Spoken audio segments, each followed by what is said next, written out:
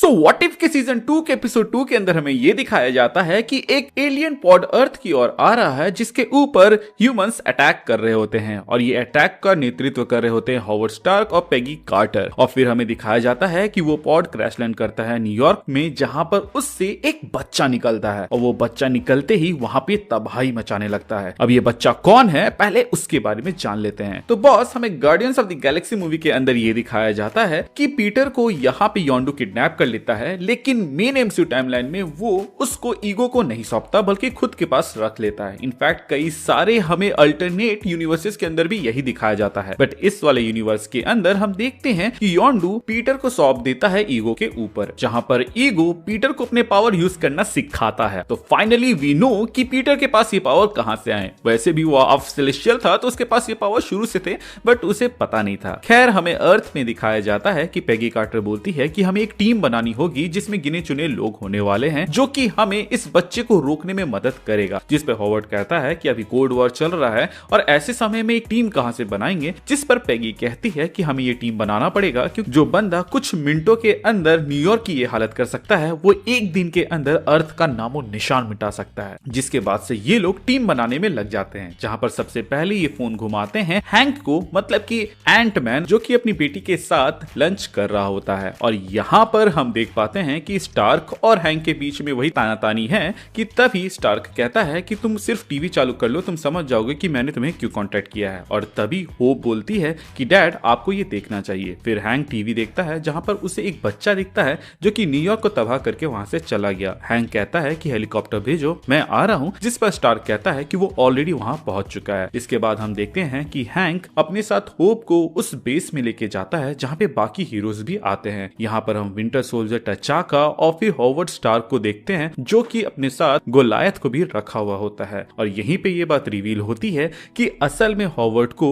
वो वाइब्रेनियम कहां से मिला था जिससे उसने कैप्टन अमेरिका की शील्ड बनाई थी। असल में हॉवर्ड स्टार्क टचाका के डैड के साथ मिलके काम किए हुए थे, जहां पे एज अ गिफ्ट टचाका के डैड ने थोड़ा सा वाइब्रेनियम दिया था और उसी से कैप्टन अमेरिका की शील्ड बनी थी। एनीवेज, आगे हम देखते हैं कि ये टीम डिस्पैच कर दी जाती है उस बच्चे को पकड़ने के लिए, यानी पीटर को पकड़ने के लिए, जो कि एक मेले में जाके एक रकून टॉय को लेता है और वहां पर एंजॉय कर रहा होता है। उसके बाद हम देखते हैं कि एंटमैन हमला करता है अपनी चींटियों की मदद से, जिसके वजह से वो बच्चा, मतलब कि पीटर, डर के मारे एक मिरर वर्ल्ड में घुस जाता है जहाँ पे चारों ओर मिडल्स होते हैं। और यहीं पे अचानक से लेजर खुल जाता है और फिर वहां पे टचाका आके कहता है कि अगर तुम यहाँ पर सरेंडर कर दोगे तो तुम्हारे लिए बेहतर होगा। यहाँ पे पीटर गुस्सा जाता है और एक बहुत बड़ा ब्लास्ट करता है जिससे टचाका वहां से काफी दूर फेंका जाता है। फिर हम देखते हैं कि गोलायत अपने साइज को अल्टर करके उसे कैद करने की कोशिश करता है, बट इस पे वो नाकाम होता है क्योंकि फिर से वो ब्लास्ट करके आजाद हो जाता है। और हम यहाँ पर देख पाते हैं कि एक एक करके यहाँ पे इनके सारे पैंथर फेल हो रहे होते हैं। और तभी यहाँ पे टचाका यानी कि ब्लैक पैंथर पूछता है कि क्या किसी के पास कोई प्लान है, जिस पर एंटमैन ये कहता है कि हाँ, हमें यहाँ से बैक ऑफ करना चाहिए। और फिर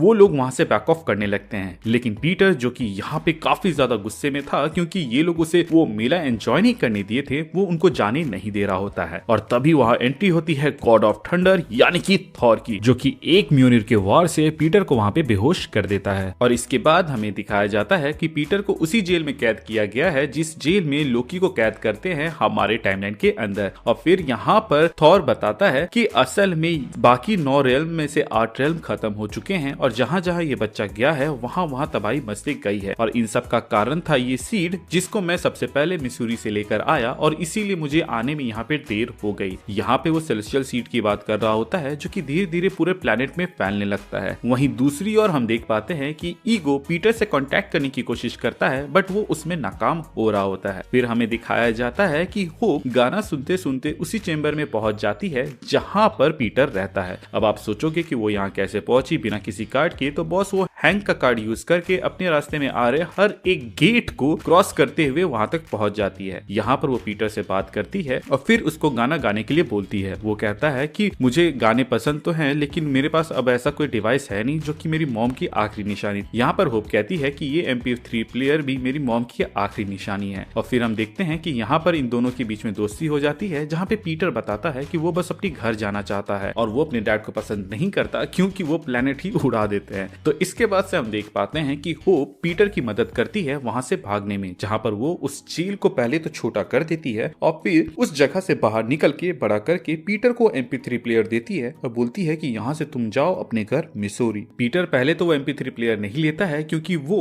होप की मॉम की आखिरी निशानी थी, लेकिन यहाँ पर होप कहती है कि मिसोरी काफी दूर है और तुम्हें अपने टाइम पार करने के लिए इसकी जरूरत पड़ेगी, और फिर वो उससे MP3 प्लेयर ले लेता है और फिर चला जाता है। यहाँ पर जब बाकियों को ये बात पता चलती है तो वो होप के पास आते हैं जहाँ से पीटर जा चुका था। इसके बाद से होप सबको बताती है कि वो बस एक नॉर्मल सा बच्चा है जो कि अपना घर जाना चाहता है और वो भी उसको पसंद नहीं करता, और जितने भी प्लैनेट्स तबाह हुए हैं उसके पीछे उसके डैड यानी कि ईगो का हाथ है, ना कि पीटर का। जिस पर स्टार्क कहता है कि मेरा बेटा टोनी भी हर चीज के लिए मुझे ही ब्लेम करता है, और यहाँ पे हैंक भी एक तरह से को रिलेट कर पा रहा होता है जहाँ पे होप हर बार उसको ब्लेम करती थी। हालांकि यहाँ पे विंटर सोल्जर कहता है कि हमें उस बच्चे को मारना पड़ेगा क्योंकि वो एक थ्रेट है, जिस पर थॉर यहाँ पर बताता है कि ये जो सीड है इसको कोई सेलेस्टियल ही कंट्रोल कर सकता है, हम में से कोई इसको डिस्ट्रॉय नहीं कर सकता, वरना मैं कब का कर दिया होता। तभी होप कहती है कि पीटर इसमें मदद कर सकता है और इसीलिए मैं बताऊंगी कि वो कहाँ है, लेकिन बदले में आपको ये वादा करना होगा कि आप पीटर को कुछ नहीं करेंगे। कि तभी एक अलर्ट आता है कि इस अर्थ पे एक दूसरा सेलेस्टियल आ चुका है जो कि और कोई नहीं बल्कि ईगो रहता है। फिर हम देख पाते हैं कि दो टीम बनती है, एक टीम में रहती है वेंडी लॉसन और एंटमैन जो कि पीटर को मनाने के लिए जाते हैं, वहीं दूसरी टीम ईगो से डील करने के लिए जाती है, और इन दोनों टीम से अलग रहता है विंटर सोल्जर जो कि पीटर को मारने के लिए जाता है, जिसके बारे में किसी को भी नहीं पता होता है, लेकिन स्टार्क इस चीज को नोटिस कर लेता है। वहीं दूसरी ओर हम देख पाते हैं कि ईगो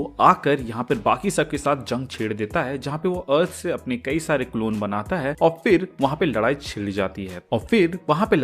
जाती है जहाँ पर हम देख पाते हैं कि थॉर तो पहले ईगो के ऊपर डोमिनेट कर रहा होता है, वहीं गोलायथ भी अपना साइज अल्टर करके बाकी सब पे हावी पड़ रहा होता है, ब्लैक पैंथर भी अपना सपोर्ट देता है, वहीं आर्मी भी अपना काम कर रही होती है, मतलब कि यहाँ पर अभी ये लोग डोमिनेट कर रहे होते हैं। वहीं दूसरी ओर हम देखते हैं कि विंटर सोल्जर पीटर को मारने ही वाला होता है कि स्टार्क उसके ट्रांसमिशन के बीच में आकर कहता है कि ऐसा मत करो, स्टीव रॉजर्स कभी भी ऐसा नहीं चाहता और हम जानते हैं कि तुम्हारे अंदर अभी भी वो बकी बार्न्स जिंदा है। इतना सुनते ही बकी वहाँ पे होल्ड कर लेता है। वहीं सामने में हम देख पाते हैं कि एंटमैन यानी कि हैंक पीटर से बात करके उसको मना लेता है और समझाता है कि जिस अकेलेपन से तुम जूझ रहे हो उससे हम भी जूझते हैं, मैंने अपनी वाइफ को खोया था, वहीं तुम्हारी दोस्त होप ने अपनी मॉम को खोया था, तो बेसिकली वो तुम्हारा दर्द समझती है, लेकिन अगर इस अकेलेपन में तुम खुद को झोंक दोगे तो कभी भी खुश नहीं रह पाओगे, हमें मौका दो और हमारे साथ रहो ताकि तुम्हें वो पारिवारिक सुख मिल सके। और इसके बाद से वो पीटर को गले लगा लेता है। पीटर भी यहाँ पे उसकी बात समझ जाता है। वहीं दूसरी ओर हम देखते हैं कि ईगो जब यहाँ पे हारने लगता है तो वो खुद का एक बहुत बड़ा मूर्ति बनाता है, वहीं बाकी सब पे वो हावी होने लगता है, एक एक करके वो सबको डाउन करने लगता है, जहाँ पे थॉर भी कुछ नहीं कर पा रहा होता है।